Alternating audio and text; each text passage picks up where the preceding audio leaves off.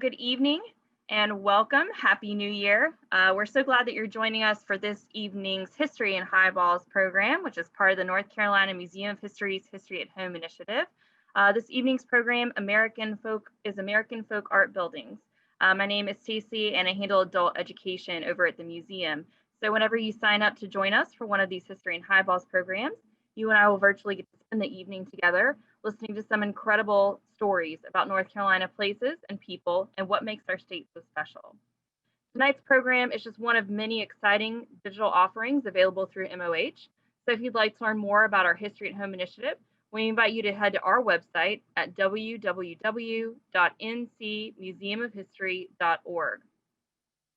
We would like to take this opportunity to thank our North Carolina Museum of History Associates and Foundation for making tonight's program happen. Our associates and foundation provide crucial funding and support, which in addition to many other things, helps make programming like this evening's program happen. If you'd like to learn more about becoming an associates member, we invite you to head over to their website at www.ncmoha.com. We would also like to thank those of you who graciously donated funds towards this evening's program. We do our best to keep our programs free to attend, but there are costs associated with keeping these series going, and we continue to be so appreciative of your generous support. If you haven't already used the link in your registration email to check out the recipe for this evening's specially themed cocktail, the Old Fashioned, brought to us courtesy of our museum associates, we invite you to check that out and make yourself one of these fabulous cocktails to enjoy while you enjoy tonight's program. A few quick housekeeping items for this evening. We ask that you please keep your mics muted throughout the entirety of the event, and that if you have any questions for any of our speakers, to type those into the chat function located at the bottom center of your screen. At the end of the program, I will ask the speakers as many of your questions as time allows. So it is my honor to introduce this evening's speakers. We have Marcia Gordon, Professor and Director of Film Studies for the Department of English, College of Humanities and Social Sciences at North Carolina State University. Lewis Cherry, Principal of Lewis Cherry Architecture. Stephen Burke and Randy Campbell, who are collection curators and caretakers. Marcia and Lewis, I believe that you guys are up first, so I'm going to turn it over to you. Welcome. Hello, everybody. Welcome. Thank you for tuning in tonight. We are honored to be here and appreciative of the Museum of History for having us for this program. So I wanted to start by saying a few things about how we got involved in this project. And it actually goes back a little in time, which is I've been in North Carolina for about 20 years. And when I took my job at NC State, I met a wonderful woman named Charlotte Wainwright, who was at the time the director of the Gallery of Art and Design, which is now the Gregg Museum of Art at NC State. And I was working on an exhibition that I ended up doing at the Gallery of Art and Design.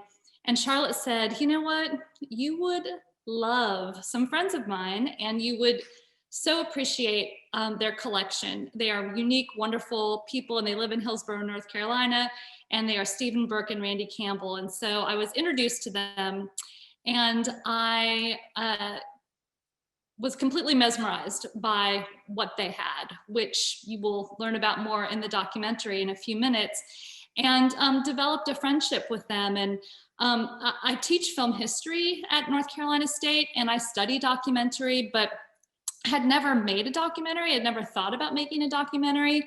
And Lewis is an architect, and we were trying to figure out a way to do a creative collaboration together that blended both of our skill sets and that also encouraged us to learn how to do something new. And so we landed on this idea of doing a documentary and decided that this would be an incredible subject given Lewis's interests and my interests. And so we embarked on this project, which is our first documentary. And we've since made two and are working, two additional ones, and we're working on a fourth right now. So I thought, how hard could this be?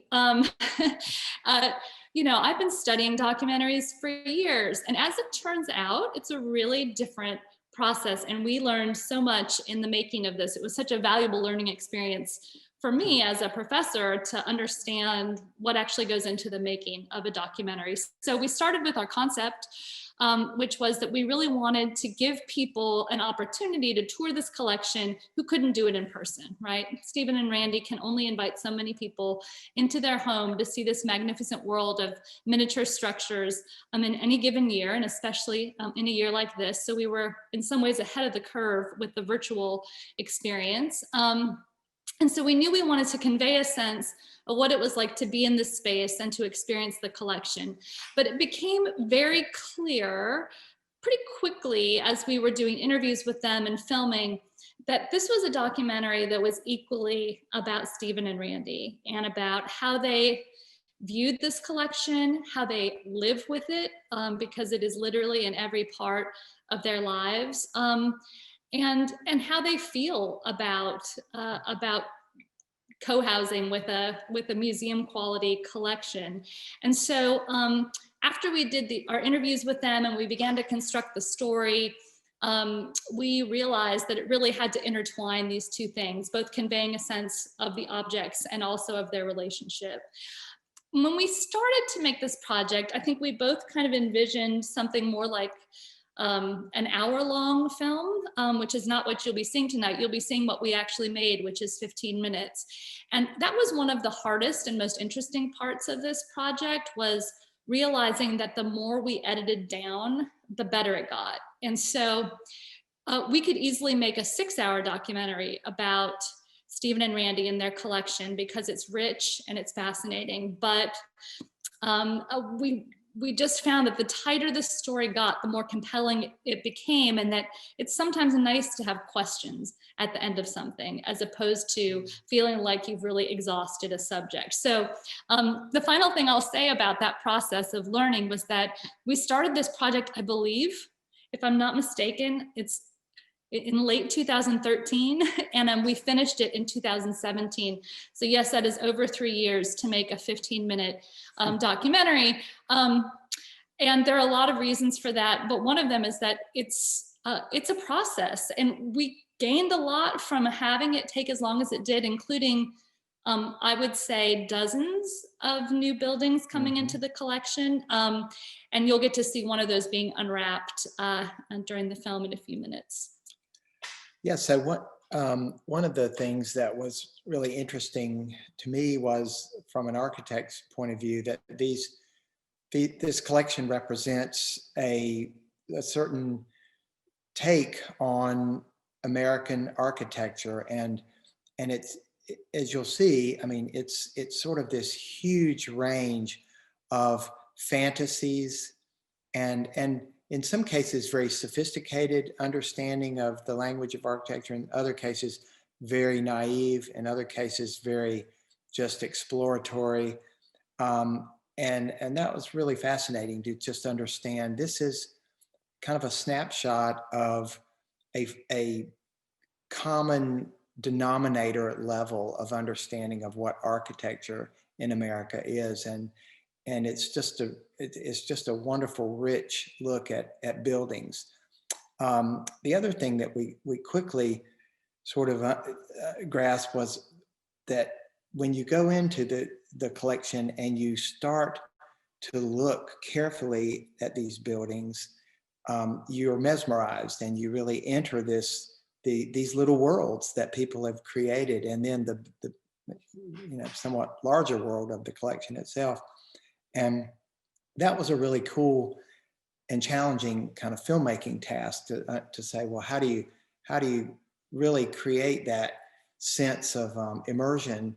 And with film, one of the cool things is if you show a little person in a setting, as far as you know, on the screen, they're full size, right? I mean, so there's a play with scale, and that's a really fun thing about how we interacted with the collection, to really go inside buildings and then step away.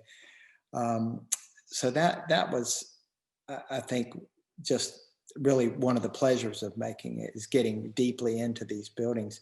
And then I also just wanted to comment on the music, because that was something we struggled with as that's common with making films in general, but that you're sort of trying to find the right tone, the right pace, the right feeling.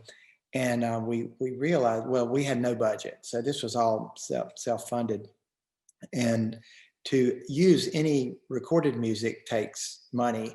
And anyway, just the way it ended up was that we decided, well, really the best approach is going to be to use public domain music that you don't have to pay for. And then it's like, well, that really taps into sort of American folk music, because a lot of that music is public domain, and it also relates to the period of time that the buildings were mostly made, and also to the spirit of the building projects. And so I recorded and played and recorded guitar parts for this series of folk songs, and then asked Steve Howell, who's a fantastic guitarist, multi-instrumentalist with the Backsliders and other bands, to come in and help me finish it. And so that's the soundtrack for the piece. We hope you enjoy the screening.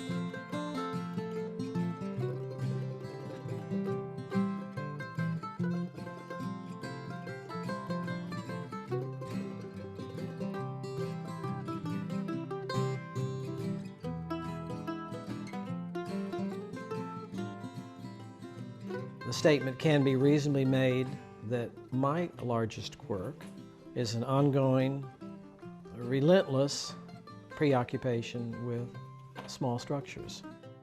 Whether or not this is adequately and fairly called a psychosis is for others to judge.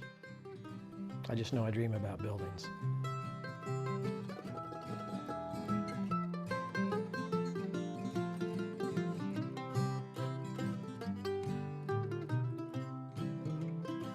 Every assembler of stuff soon confronts a challenge. How are increasingly numerous items put, displayed, maintained, and kept? 1,200 of anything of a certain size does yield substantial logistical challenges. Where exactly are these things put? How do they find their place in the life of an otherwise normal household? Round and about our house, with our buildings, there is often as much of a curious jumble as you see actually in a real community. Put in chronological order, we have the entire history of American architecture rendered small.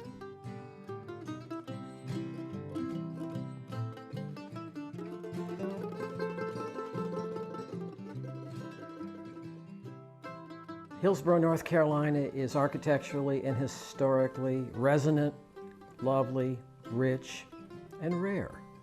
Randy and I, with great fortune, were able just over 20 years ago to secure a lot in this historic district, and we set upon a course of designing our own Greek Revival house. We designed first our house and an adjoining building in which to keep garden materials, on the assumption that the house would be large enough to contain what we then thought was a containable amount of American folk art buildings. We proved incorrect in that estimation, and as the years passed, then designed a garden fancy, a folly, a building with cupola on the top that itself has become a repository for ever so many buildings. That, surely not to our surprise, proved insufficient. A few years after that, we designed and constructed another small Greek Revival garden building that is filled with small structures of all types and natures, yielding both a very full cluttered environment as well as visual enrichment. I think Stephen might have only had one or maybe two or three when I first met him. One was on a mantle, one was in a kitchen, and it was a nice sort of lively touch. In roomscapes, it could have been just chairs and tables and lamps. It was wonderful. It added a little touch of lightness, of levity in a certain way.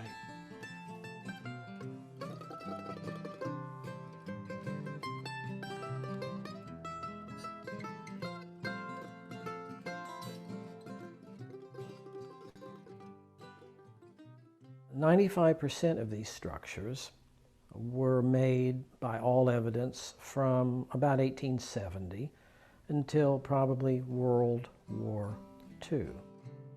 Those years were eras in which American males knew how to and were expected to and were trained to make things, whether because they took shop or they learned it from their father. These were years in which there were fewer commercial products available, years in which if there was a depression or other financial imperatives, people as much had to make and make do as go out and purchase and gain from an external source. Making and rendering was not either an alien or a scary concept. Things could be made.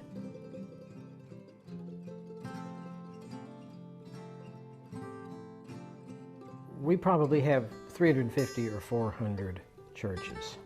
America has on its landscape an extraordinary array of religious buildings. In many cases, they have certain characteristics that we associated with the early religious architecture of this nation. And we could learn about American church architecture by going outdoors and going across the country. And we also could actually learn about it by putting in one place and lining up in a row every one of the churches that we have here. American architecture directed to churches is revealed unerringly. In a very real way, the beauty is as great when these churches are rendered small as when they're rendered large.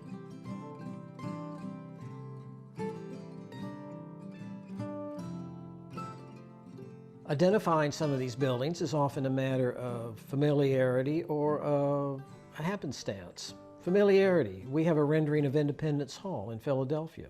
So much a part of our architectural heritage. That's visible, we know that. We have the Chicago Water Tower still duded up on Michigan Avenue in Chicago. We have two renderings by the same hand, actually, and essential duplicates of the Wisconsin State Capitol in Madison.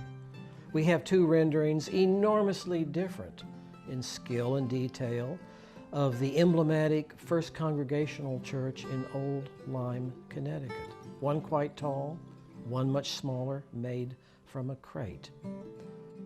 Our front hall has had in it for ever so many years an impressive, tall, white, turreted, commercial-looking building.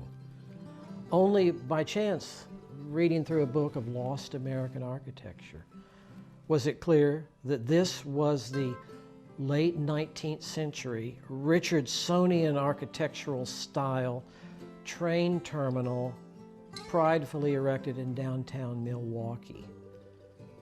Destroyed with the unparalleled ability of Americans to raise their buildings for vehicular traffic in 1968 to give way to a freeway. Long gone in Milwaukee, this recognizable terminus does exist in our front hall. Constraining one's obsessions seems a useful idea, if however difficult. Working both to constrain and as a further excuse to justify everything else, I find. Over the years, we have chosen not to pursue or buy dollhouses and birdhouses. They are different. We also don't buy cabins. Americans have made a lot of little cabin-y things, often kind of overtly and alarmingly rustic. In our self-referential age, none of us would make something without turning it over and taking a dark black magic marker, writing our name and when we made it and why and where. Earlier eras didn't seem to yield that impulse.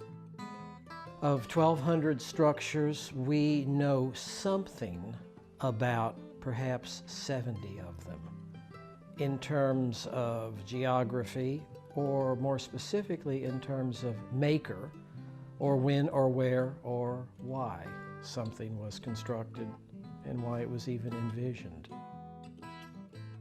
We have a small church on the bottom of which is put a piece of paper, penciled, replica of church made by parishioner upset at future development of Tuscarora, an enormous planned development on the suburbs of Orlando.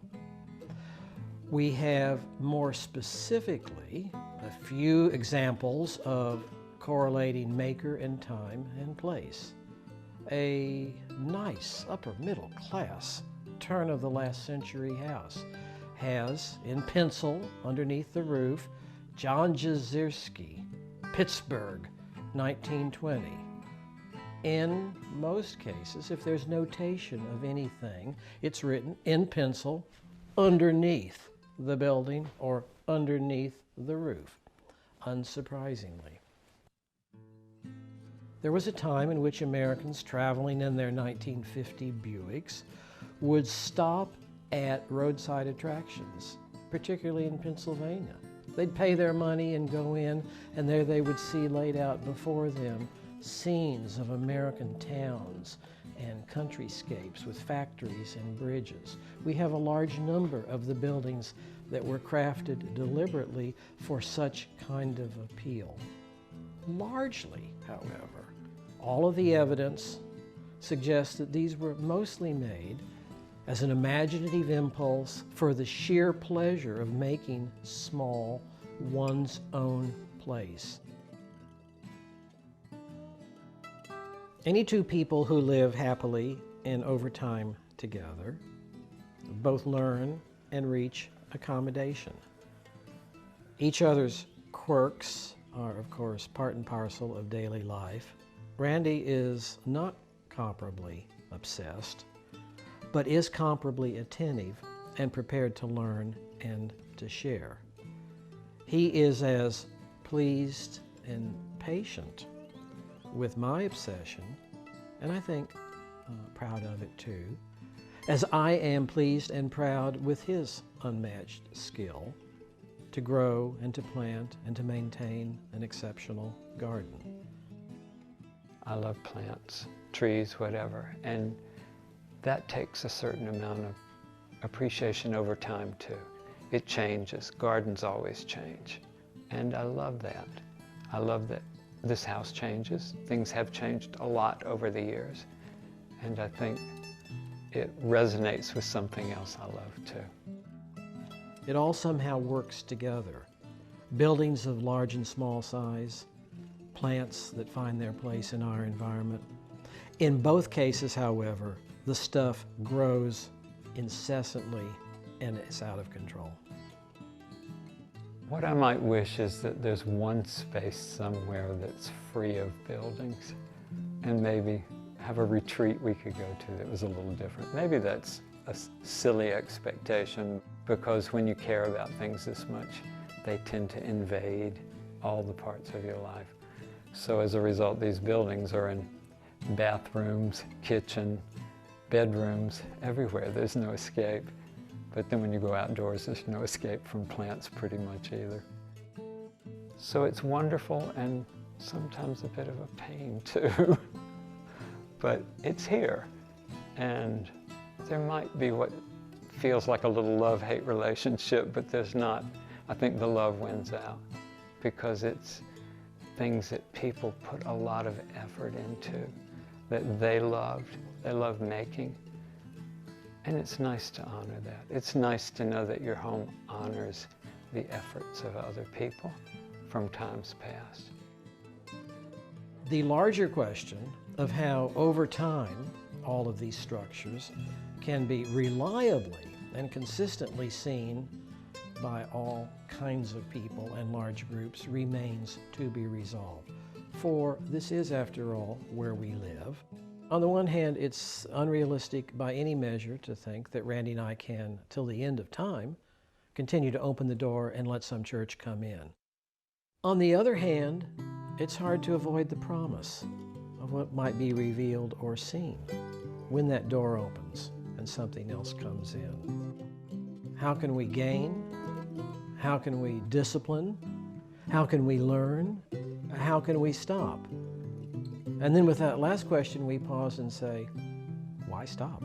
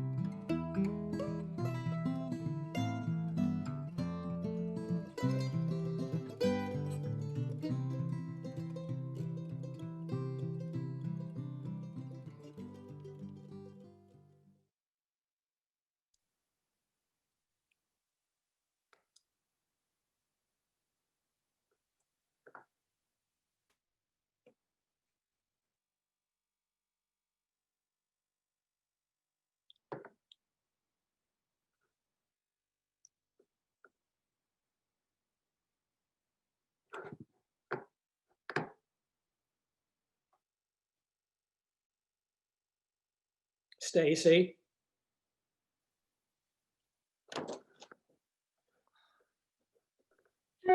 You are live, Stephen. You're good. I can't see me. Can you make me come up, Stacy, so I can see when I hold up buildings? Can I do that? Thank you.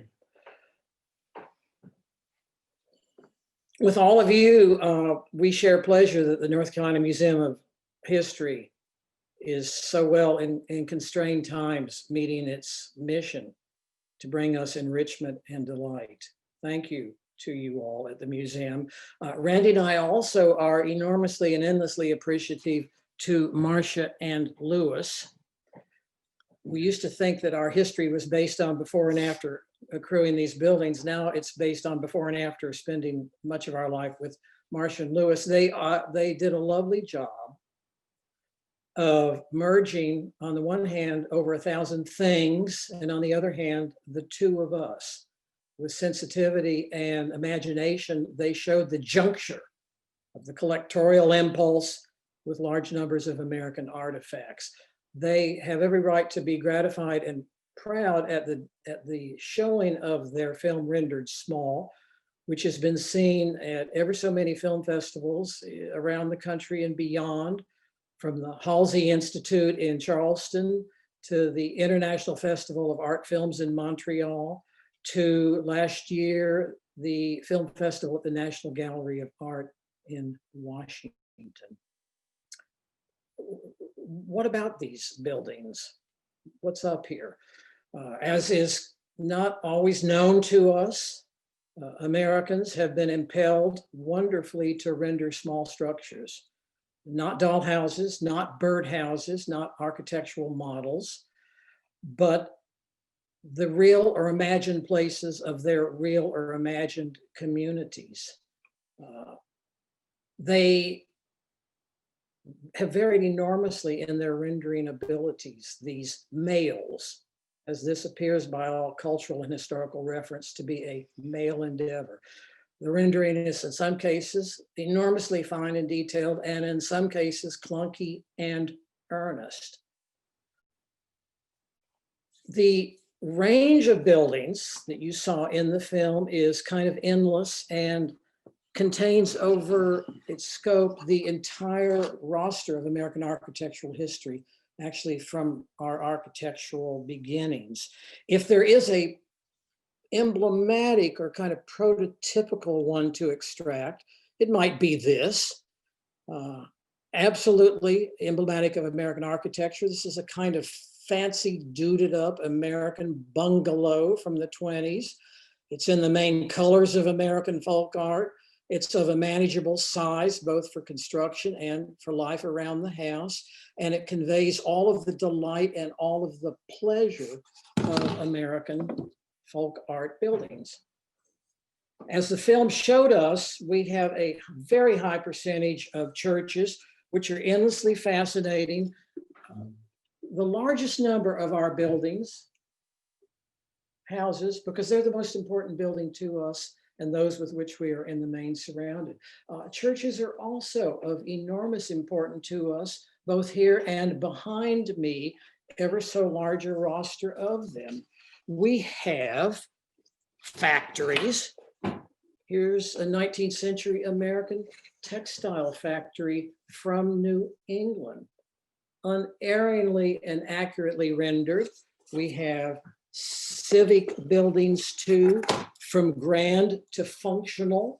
How about from the era when firehouses had poles for the firemen to slide down?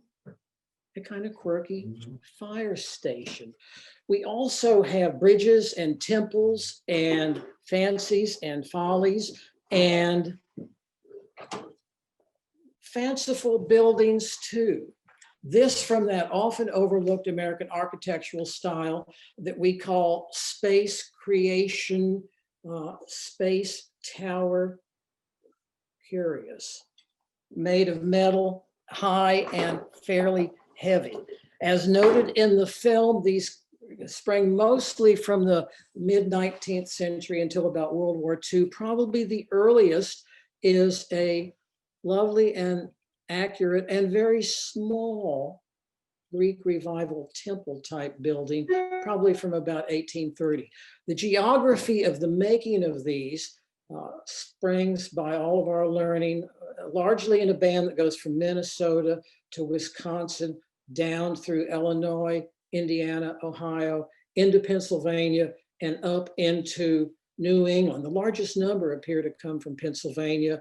In Pennsylvania, as from Wisconsin and Minnesota, there are cultural underpinnings here, reflecting the antecedent history of the persons who settled there to deal with folk art and to be inclined to make things.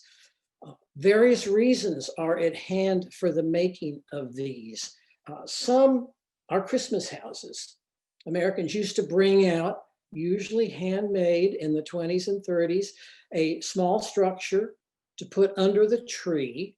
Often these were red, green, the colors of Christmas, and often they had mica or some reflective surface on them. We see the tail end of this impulse when we go to gift shops and buy Victorian villages that are lit at Christmas.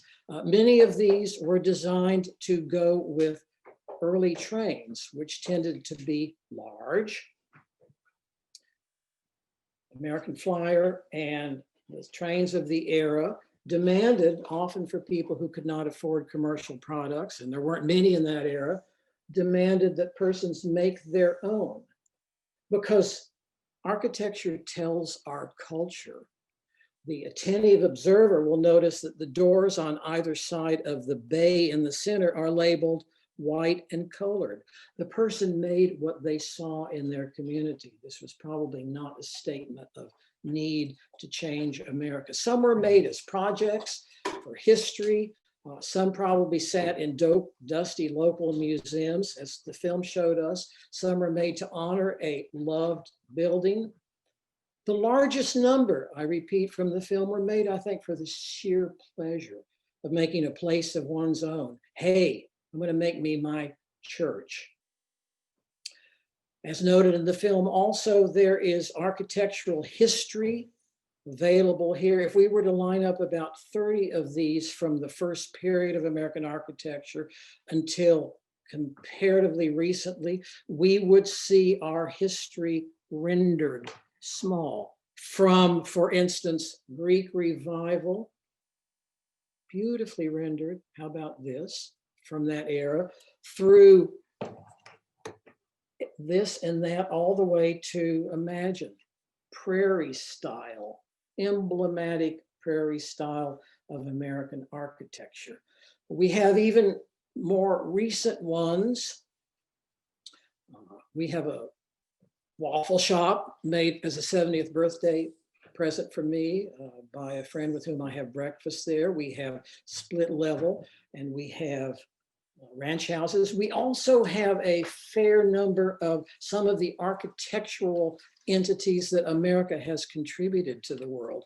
Ferris wheels are an American invention, and in this we see both architectural history and some of the unerring imaginative and artful ability of persons to make from, in this case, single pieces of wood, an intricate and finely wrought, detailed pattern. We have a number of diners, which are among America's contribution to world architecture. Sizes vary from 5 feet tall, fortunately not many of them, to small. And the small yields what is surely the most adorably compelling small gas station in America. Not a high bar to accomplish, but still small here. The colors of these structures tend in the main to be the prototypical colors of American folk art, mostly variations on white or off-white, on red, on green. These are not just the colors that have long informed our folk art and craft heritage, they are also the colors that American guys would probably have had around the house, in the barn or the garage. These makers did not have sunset taupe in their garage. They are made both of wood and metal. Wood ranges from cigar boxes and found pieces of wood around the house to more intractably difficult to work and shape metal. A more daunting task is involved with making metal. As noted in the film, these are largely anonymous. The concept of provenance was, of course, not on the agenda of these guys in their cold farmhouse in Pennsylvania in the 1930s, rendering something. As a result of over 1,200, we know comparatively little about most of them. We only know about 100 of them, any information at all. The ideal roster of information would be to know who made it, when, where, why, and if it is in fact a real building. The film showed a couple of examples. Here's another one of the very few about which we know all 5 bits of information. This is about a foot. The majority of these buildings have at least one measurement that's a foot long. This was made in Hermann, Missouri in the 1940s by a gentleman, impelled for whatever reason. And in fact, Begeman's multi-purpose food and hardware store was real and still exists. Some are known and some are real. We have for real Grant's Tomb, on the upper west side of Manhattan. We also have around the corner in another room a 3-foot-long rendering of the American Capitol, made, it appears, by a Polish immigrant newly arrived in America in 1942. It is so far not prone to any of the violations that we've recently seen in our national capital. We have many of these, obviously, and the collecting impulse informs both my daily passion and to some degree that of the putatively more normal Randy here. The imperative to gain and accrue is not just a numerical victory. It is in fact a way to endlessly learn, gain more information, see what's working with this category of American material culture, and to have both delight and revelation. As numbers accrue, so does education and so does learning. Learning is important and increasingly pursued by us, for we early recognized when we bought our first in 1985 that American folk art buildings constitute an extraordinarily unexamined area of American material culture. In addition to being unexplored, they prove to be endlessly delighting for all of the range of people who come to see. As Stacy from the museum informed us, we are available for some questions. I will now answer, however, I will presume to answer your first 4 questions. The answers are no, peripatetically, with some property damage, and I have no idea. Here are the questions that you would have asked. 1, do you have a favorite? No. 2, how do you dust all this stuff? How do you keep it clean? The answer, peripatetically.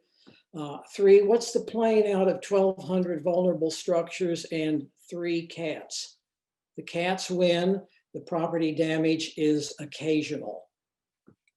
4th, what on earth is working here with Eva May of Coleraine, North Carolina, with her structure, bollards on both ends, inexplicable and fairly rare, for these are not predominantly a Southern phenomenon. How remarkable to have one from North Carolina. Stacy, to you. All right, we've got quite a few questions for you. The first one is from Beatrice. She said, Peavy's drug. Did you get this from Fibber McGee and Molly? Wasn't Peavy the druggist? Stacy, say that again. You fuzzed out. I'm sorry. Oh, sure. So Peavy's drug. Yes. Did you get this from Fibber McGee and Molly? Wasn't Peavy the druggist? I don't know that, but I would love to know that. We actually got it as part of a set from Pennsylvania in which the maker had some quirky signage. The church that came with it was, the rector was the Reverend Oh How Boring. And Peavy's Drugs has a small sign on it that says, prescriptions carefully confounded. Okay, our next question is, any idea of the date of your oldest piece? It's quite possibly this one. This would be 1830. We have a few that you can tell by the type of paint, by the type of nails, by oxidation, and certainly by architecture. The oldest is probably 1830 to 1840. Wow. Brenda says, I thought I saw a model of the Rialto Theater in Raleigh. Where did you find that one? Rialto was a name ascribed to a large number of American theaters in a certain era. This is not, I think, the Rialto Theater in Raleigh, although I'm perfectly happy to make that now part of the history of it. This came from a gentleman in Indiana about 20 years ago. Okay. Do you remember which was the first house that you collected? I do. I remember it very well because it was a matter both of chronology as well as of ordaining behavior. I bought my first one and I thought, oh, I like this. And then I thought, I wonder if there are more. It was much later that I realized that that's the sequence of psychological imperatives that characterizes addiction. Oh, this feels good. And oh, can I do more? Having posed those 2 questions, I began to set out on a course in 1985, soon joined by the ever patient Randy, to seek and find more of these objects. Initially, they were found at antique shops, more present then, antique shows. And then by the late 1990s, the world of internet purchase explored and yielded more horizons. Janice asks, are there barns? And were there model instructions in magazines of the time, such as Popular Mechanics, do you think? Two questions. We do have some barns. Curiously, different buildings appear to yield greater imaginative impulses than others. And we haven't bought many barns because there seem to be a large number of undistinguished small barn buildings. In an earlier era, there were guidelines in Popular Mechanics, as well as other craft and magazines, to make your own this or that. I've looked earnestly and have never found any correlation between an article and an actual building. We do not have the article that says, make yourself a charming scrolled front bungalow. I'd like to find that too, because it would convey another recognition of impulse and of reason. You touched a bit on this already, but Susan asks, where do you find your pieces, and what would make you not buy a piece? We find them now increasingly online. We also go to, when we could, until recently, go to large antique shows and places where Americans sell the artifacts of their culture. There is a recognition at hand. We have ever so many of them, and I no longer buy a structure that is redundant, that is too much like another one in terms of size, characteristic, this or that. We now only buy ones that are not redundant and that have some curious, fanciful, unusual, or remarkable characteristic. In early years, I was much less constrained and more promiscuous in my purchasing of real estate, in part because each one was a revelation and was fascinating, for it showed me something. Now we've learned more. Yeah, can I jump in and say one thing very quickly about that, which is I think one of the most endearing things about having spent the course of this over 3-year period popping in and out of Stephen's collecting life is that the delight that Stephen experiences and manifests and shares when he gets a new building, because it is unusual, because it is different, because it adds in a way, it's really incredible to see, because you think, oh, there's, how many are there now? 1,300, 1,400, I wouldn't. Marcia, don't push it. But the Well, point is you think 1,200 plus. over 1,200, but you would think at a certain point, like, oh, but no, Stephen still just is like, look what I got. You know, it's like Christmas Day. And so that it's really great to see that joy continue past this point of like, here's a strong collection, and it continues to be amazing. And at this point, I would say you are quite a connoisseur of this type, so that you have a level of appreciation and understanding, so that when you find the good stuff, It's really you're good. very excited and it's very good. Nice, thank you both for that.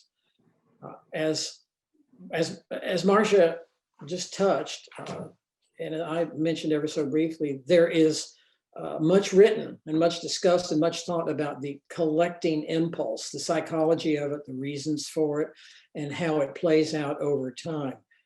Like any strong impulse, it's often a hard one to whip into line. We have quite a few questions about your plans for the collection to be preserved into the future. Any plans for, or what are your plans for that? That's an enormously fair and significant question. There's two takes on it.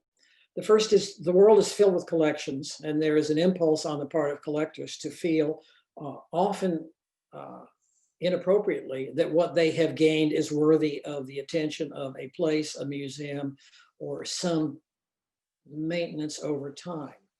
So it's not uncommon for a museum to be told, oh, I've got a large collection of Civil War spoons. Don't you want it? And in the main, the answer is no.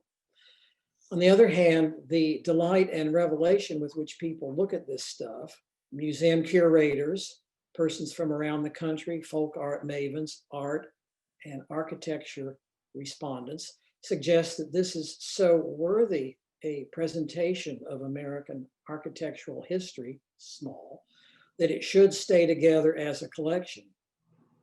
As a result, Randy and I are in receipt of the ongoing question of where and under what terms might that maintenance take place.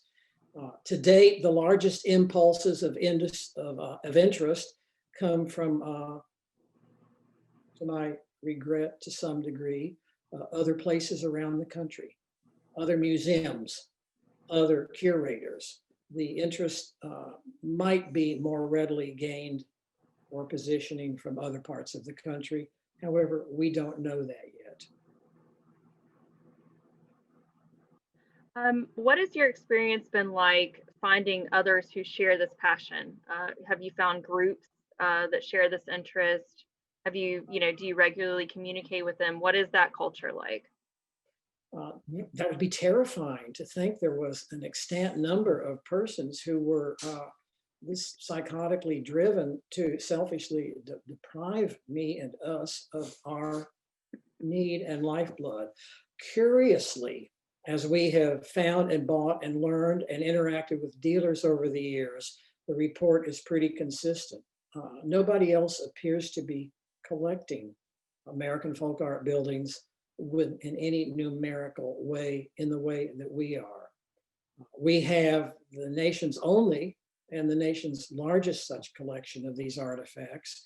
And over time, I have never found any other person who is working, pursuing anything comparable to this. We seem to be the group, and fortunately, it's just us to whom we have to answer. Do you ever make your pieces available for the public to see on display? Is that something that you do, or would you ever do that? We have, in the main, for two reasons. We feel a substantial sense of responsibility to share these artifacts, for they do tell us of our history and our architecture. And in our divisive pluralistic age, they appear to be one of the few areas that give delight to everybody. These should be seen. We have persons come to the house from different groups and constituencies. We also have on 2 occasions sent a finite number to sites in North Carolina.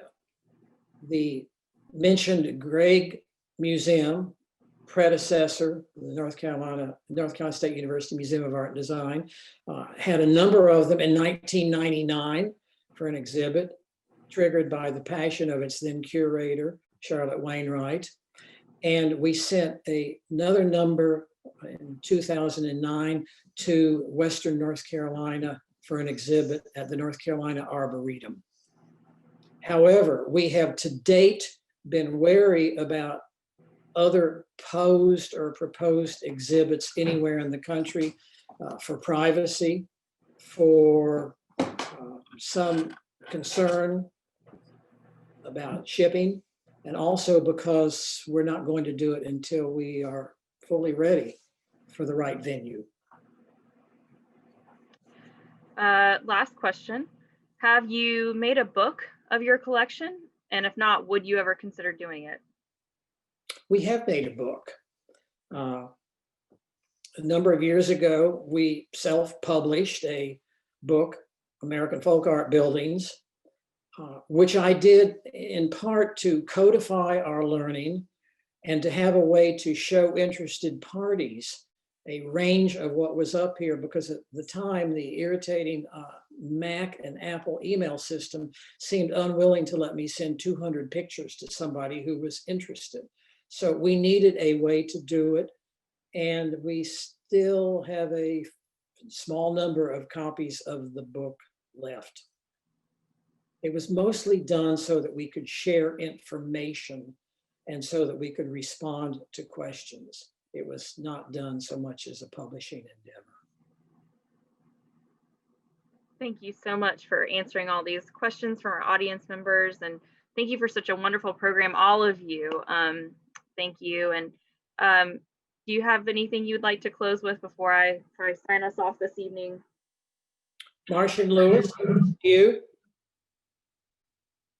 No, just thank you everyone for tuning in. It was Yeah. delightful to get to share Rendered Small with you and to share a virtual space. So thank you. Yeah. And thank you to the museum. Great questions. Yeah, great questions. Randy and I live with endless delight with these artifacts, this juncture, this unique juncture of American architecture, history, craft, imagination, and person. And it's so welcome to us when in this kind of venue, others can share it too. So thanks to Stacy and the North Carolina Museum of History. It's truly been our pleasure. Thank you so much, Stephen. Thank you, Randy. Thank you, Lewis. And thank you, Marcia, for such a wonderful program this evening.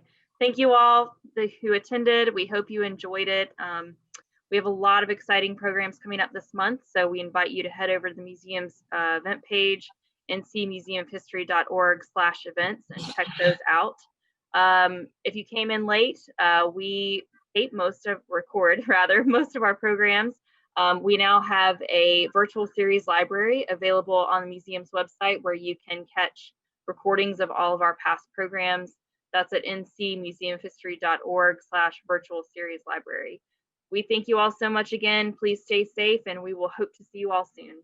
Take care, everyone.